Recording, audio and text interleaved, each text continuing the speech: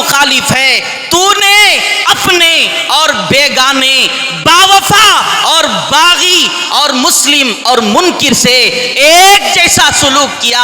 ये क्या माजरा है? हातिफे गैबी ने आवाज दी, जरा दिल के कानों से सुनने की जरूरत है। वो ईमान वालों जरा सुनो, अल्लाह ने आवाज दी, कहा ऐ मालिक मैं उस हाथ को जलाऊं कैसे?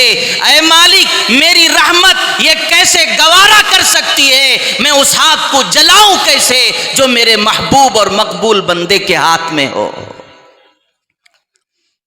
इससे पता चलता है अल्लाह वालों की दोस्ती कभी फायदे से खाली नहीं। करेंगे अल्लाह वालों से दोस्ती? कहो, जोर से कहो, उलमा से ताल्लुक रखेंगे इंशाअल्लाह। कोई तूफान तुम्हें हटाएगा नहीं और नुकसान पहुंचेगा नहीं।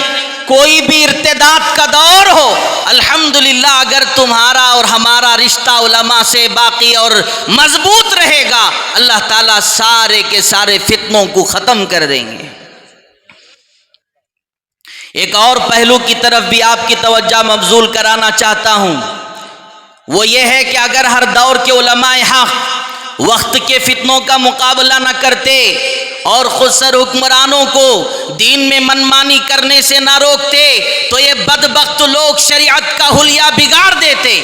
लेकिन तारीख गवाह है, जब कोई फितना रूनुमा हुआ, जब कभी इस्लाम में तहरीफ करने की कोशिश की गई, तो उसकी सरकोबी के लिए उलमा इकराम ने तन मन धन की बाजी लगा दी। वो भूखे प्यासे तो रहे, वो ताने और गालियां सुने, वो जेल की कोठरियों में भी जाना पड़ा, वो मरहले दारो रसन से भी गुजरे, वो अपनी नंगी पीठ पर कोड़ों की जरबात भी सह लें। लेकिन उलमा इकराम ने किसी जाबिर जालिम हुक्मरान को शरीयत के किसी अदना से अदना हुक्म में भी तहरीफ करने की इजाजत नहीं दी। क्या आप नहीं जानते उलमाए हक की कुर्बानियां क्या हैं? हजरत इमाम आजम अबू हनीफा रहमतुल्लाहि अलैह का जनाजा जेल खाने से उठा। इमाम मालिक रहमतुल्लाहि अलैह को वक्त के हुक्मरानों की हाँ में हाँ ना मिलाने की वजह से बेइंतहा सताया गया। उनकी नंगी पीठ पर इंतहाई दरिंदगी और हैवानियत के साथ 70 कोड़े मारे गए। इतना ही नहीं, फिर उनको ऊंट पर बिठाकर एक मुजरिम की हैसियत से शहर में गश्त कराया गया। मगर कुर्बान जाऊं ऐ मुहाजिरे मदीना तेरी जुरत व इस्तेकामत पर, लेकिन आप इस हालत में भी हक कहने से बाज नहीं आए। आप इस हालत में भी बुलंद आवाज से कहते जाते थे, मन यारिफुनी फहुवा यारिफुनी व मन ला यारिफुनी फारफना मालिक बिन अनसिन। जो मुझे पहचानता है तो वो मुझे पहचानता है, और जो मुझे पहचानता नहीं वो भी मुझे पहचान ले। कल जो मैं मालिक बिन अनस हूं, कल जो फतवा देता था आज भी वही फतवा देता हूं।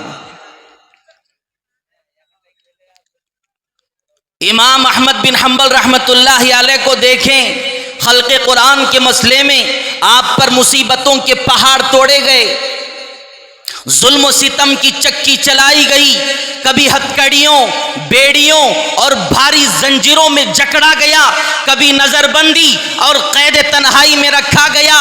ताजा दम जल्लाद नंगी पीठ पर इंतहाई दरिंदगी और हैवानियत के साथ आप पर दुर्रे मारे गए। लेकिन इस हालत में भी आप उफ कहने से आप उफ तक न कहे। रावी कहता है, ये रिवायत लिखने वाला कहता है, वो कोड़े जो इमाम अहमद बिन हंबल के पीठ पर मारे गए, जिस्म पर मारे गए, अगर किसी हाथी के पीठ पर मारे जाते तो वो भी बिलबिला उठता। मगर इमाम के पाए इस्तेकामत में लग़ज़िश नहीं आई। इमाम साहब को दहशत ज़दा करने के लिए खलीफा के दरबार में आपके सामने 2 आदमियों की गर्दन उड़ा दी गई। आप कुछ दहशत ज़दा करने के लिए सब कुछ किया जा रहा था, मगर आपका इत्मीनान का ये आलम था कि इमाम शाफ़ी रहमतुल्लाहि अलैह के एक शागिर्द को देखकर दरियाफ्त करने लगे कि फ़ुला मसले में आपको इमाम शाफ़ी रहमतुल्लाहि अलैह का कौल याद है? हाज़िरीन मजलिस उस इत्मीनान को देखकर दंग रह गई। आपसे इनाद रखने वाला एक दरबारी अहमद बिन अबी दाऊद नाम का, वो कहने लगा, अरे उस शख्स को देखो, उसे यहाँ गर्दन मारने के लिए लाया गया है, मगर वो फिक़ही मसाइल में दिलचस्पी ले रहा है। कहो सुभान अल्लाह। हमारे अकाबिरीन कैसे थे? ओ लोगों, जरा अकाबिरीन की सुनो, जिसके नाम पर हम फ़ख्र से अपने सर को बुलंद कर देते हैं, जिनके नाम को लेकर हम जिया करते हैं। अल्लाहु अकबर कबीरा। हज़रत मौलाना सैयद हुसैन अहमद मदनी रहमतुल्लाहि अलैह, क्या कुर्बानियाँ थी, कैसे जुर्रत के साथ अंग्रेज़ का मुकाबला किया। अपने दौर के अंदर ये फतवा दिया कि अंग्रेज़ के फ़ौज में भर्ती होना हराम है। जैसे ही ये फतवा निकला, अंग्रेज़ ने अदालत में बुलाया और हज़रत वहाँ जब पहुँचे तो कहा कि हुसैन अहमद, क्या आपने ये फतवा दिया है कि अंग्रेज़ की फ़ौज में भर्ती होना हराम है? हज़रत ने कहा कि दिया था, देता हूँ और देता रहूँगा, तेरी फ़ौज में भर्ती होना हराम है। अंग्रेज ने कहा कि अच्छा, इतनी हिम्मत है कि तुम ये कहते हो कि हमारी फौज में भर्ती होना हराम है? इसकी सजा पता है आपको क्या है? कहने लगे कि इसकी, वो जज कहता है इसकी सजा फांसी है। हजरत मदनी ने बगल से कपड़ा उठा के टेबल पर रखा। अंग्रेज ने पूछा ये क्या है? हजरत मदनी ने कहा कि अल्हम्दुलिल्लाह, देवबंद से कफन साथ लाया हूं। कहो सुभान अल्लाह, कहो। है हमारे अकाबिरीन तो देखें, वो कहता है अंग्रेज यहाँ कफन तो मिल जाएगा, वहाँ से लाने की क्या ज़रूरत है? हज़रत ने कहा कि जिस सारी ज़िंदगी जिस अंग्रेज़ की मैंने मुखालफत की है, उसके कफन को पहनकर कब्र में जाने शर्म आती है। कहते हैं हरी है शाख तमन्ना, हरी है शाख तमन्ना, अभी जली तो नहीं, जिगर की आग दबी तो है, बुझी तो नहीं। जफा की तेग से गर्दन वफा शारों की, कटी है बरसरे मैदान मगर झुकी तो नहीं। मौलाना मदनी ने सर नहीं झुकाया, कहा कि सर कट सकता है, सर झुक सकता नहीं। सुभान अल्लाह, अल्लाहु अकबर। ओ लोगो, उलमा इकराम की कुर्बानियां जानो। तुम ये कहते हो ना कि उलमा ने क्या किया, आप यकीन माने पूरा किरदार आजादी का उलमाए हक का है।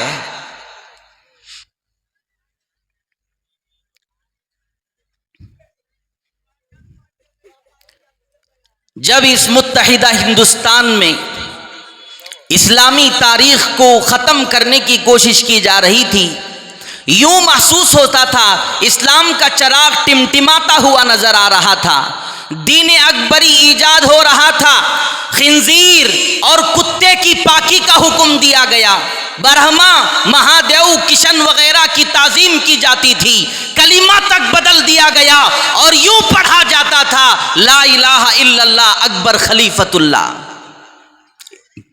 इस्लामी नाम रखने से मना कर दिया गया, हराम गोश्त को हराम करार दिया गया, भैंस भेड़ बकरी का गोश्त हराम कर दिया गया और नापाक हराम गोश्त को हलाल करार दिया गया। ऐसे पुरखतर दौर के अंदर, नाजुक दौर के अंदर वो कौन मर्दे दुर्वेश था जिसने तजदीद ईमान का फरीज़ा सर अंजाम दिया? आप यकीन माने वो कोई यूनिवर्सिटी का प्रोफेसर ना था, वो कोई इंजीनियर नहीं था, वो कोई स्कॉलर नहीं था, बल्कि वो मस्जिद के नंगे फर्श और मदरसे की चटाइयों पर बैठकर खुदा का अल्लाह के कुरान को पढ़ने वाला और पढ़ाने वाला एक खुदा शनास मौलवी था। वो शेख अहमद सरहिंदी अल-मारूफ व मुजद्दिद अल-फसानी थे, जिनको मुजद्दिद अल-फसानी के नाम से दुनिया याद करती है।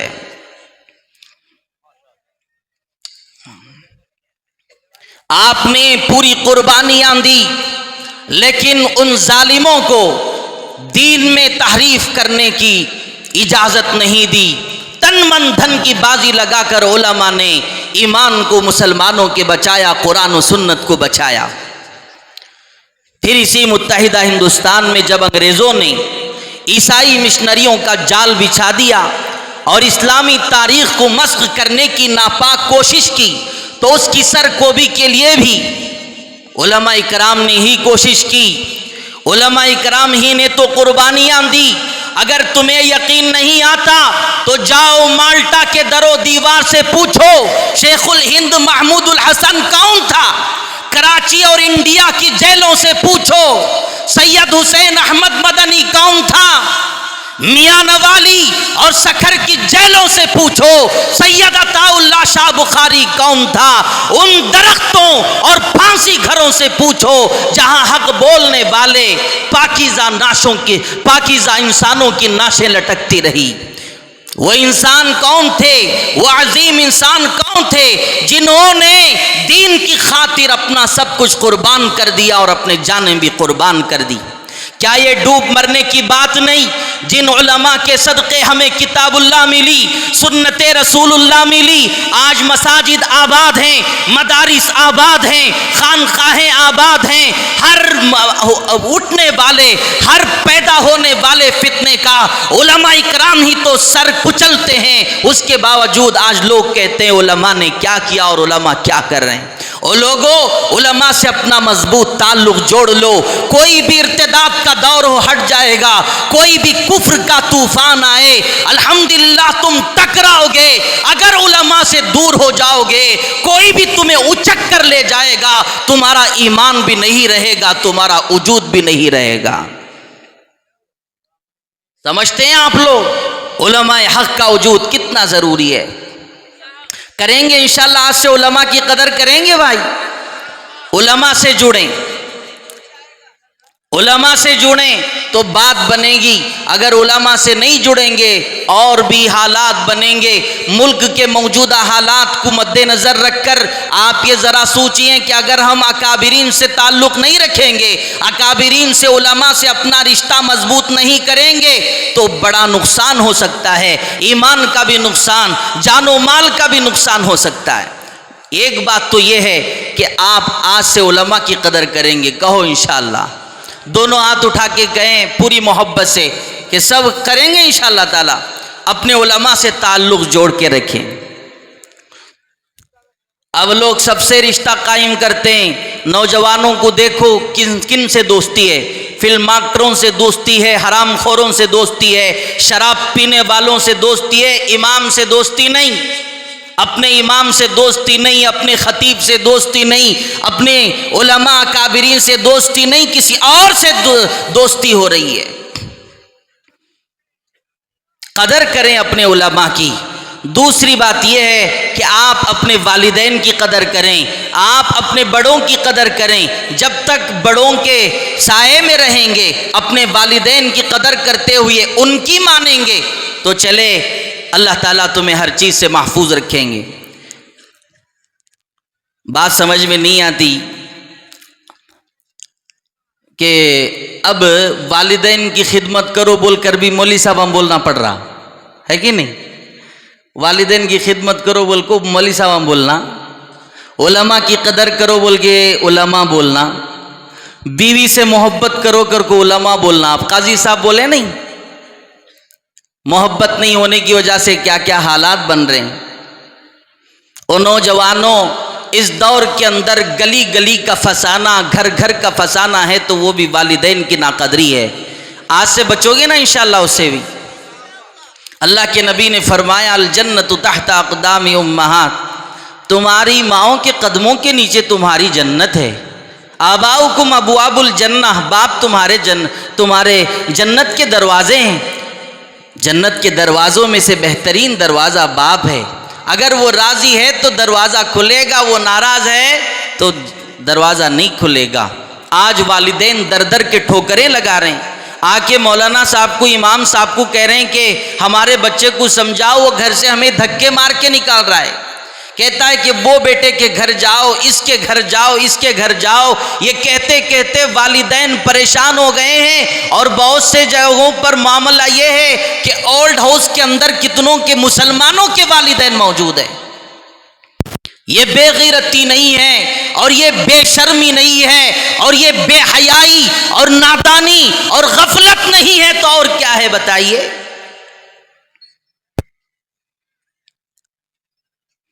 थोड़ी खिदमत कर ली फिर इत्मीनान हो गया।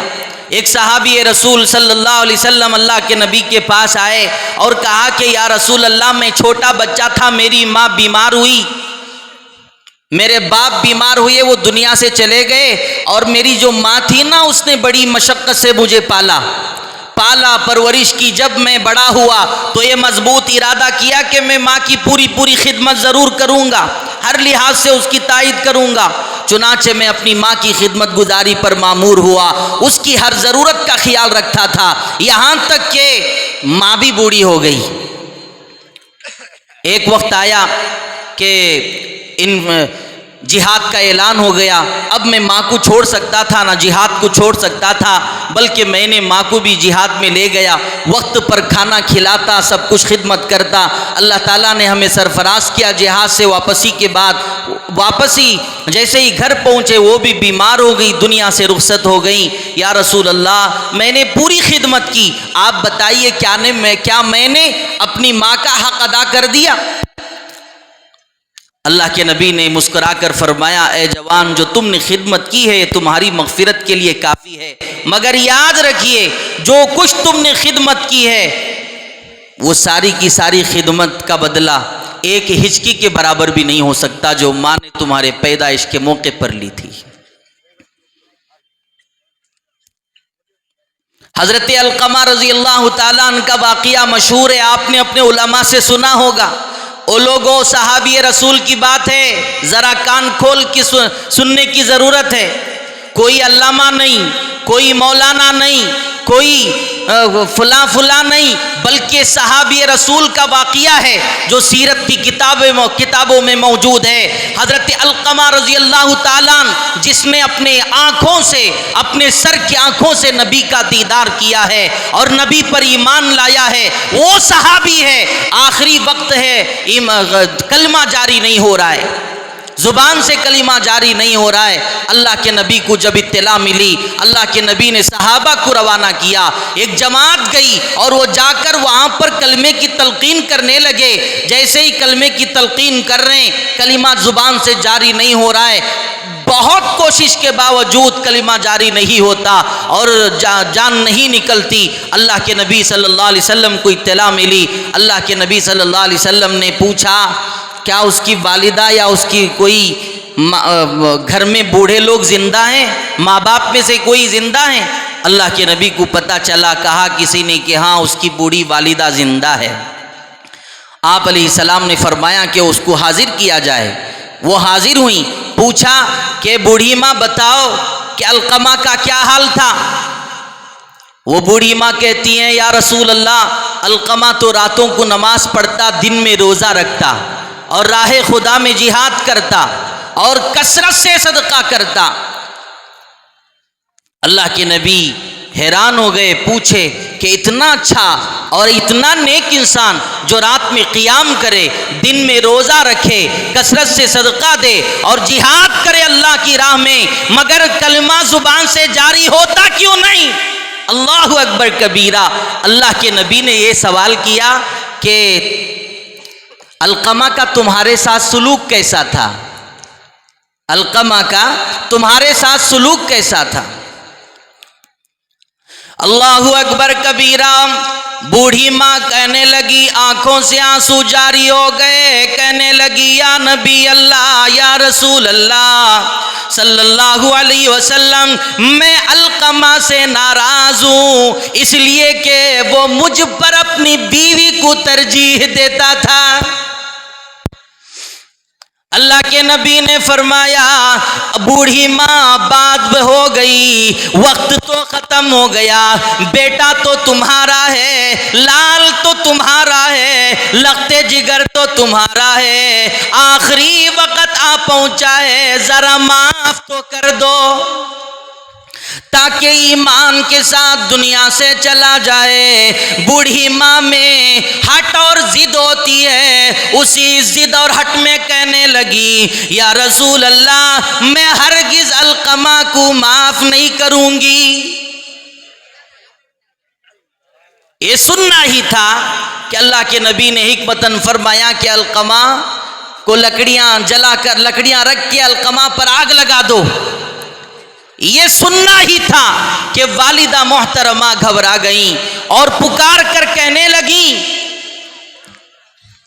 या रसूल अल्लाह सल्लल्लाहु अलैहि वसल्लम, मैं आपको गवाह बनाकर कहती हूं कि मैंने अल्लाह के लिए अलकमा को माफ किया। उधर मां की जुबान कर माफी के अल्फाज थे, वालिदा मोहतरमा के जुबान पर माफ करने के अल्फाज थे, उधर हजरत अलकमा की जुबान से कलिमा जारी हो गया। ओ मुसलमानों, जरा अंदाजा लगाओ, हम वक्त के बेनमाजी हैं, हम वक्त के नाफरमान हैं, हम वक्त के बड़े बड़े गुनहगार हैं। हमारा आलम क्या हो सकता है अगर वालिदैन की नाफरमानी का मामला इसी तरह चलता रहेगा? तो हो सकता है अल्लाह हमारी हिफाजत फरमाए, आखिरी वक्त में हमारा भी खातिमा ईमान पर ना हो। इसलिए अल्लाह के लिए अपने वालिदैन की खिदमत करें, करेंगे भी इंशाअल्लाह ताला। अब देखिए, वालिदैन की खिदमत करने वाले पूरे ये बुलंद आवाज से कहेंगे कि इंशाअल्लाह, सब करेंगे ना इंशाअल्लाह। और दूसरी गुजारिश ये है कि मौजूदा हजरत दावत बर हजरत काजी साहब ने जो बात कही, तीन बातें थी उसके अंदर मैंने तवज्जो दिलाई। एक तो उलमा की कदर नहीं और उलमा से ताल्लुक़ नहीं, दूसरा यह है कि वालिदैन से ताल्लुक़ नहीं और उनकी कदर नहीं, तीसरी बात यह है कि अपने घर वालों से ताल्लुक़ नहीं और सिर्फ मोबाइल, ये मोबाइल ने तबाही बर्बादी लाई है, सैलाब आ चुका है बर्बादी का। काजी साहब कह रहे थे इसी मोबाइल ने हज़ारों के घर उजाड़ दिए हैं, इसी मोबाइल ने तलाक की नौबत लाई है, इसी मोबाइल ने खुला की नौबत लाई है, पता नहीं क्या क्या बर्बादियां आ गई। और लोगों क्या हो गया बताओ?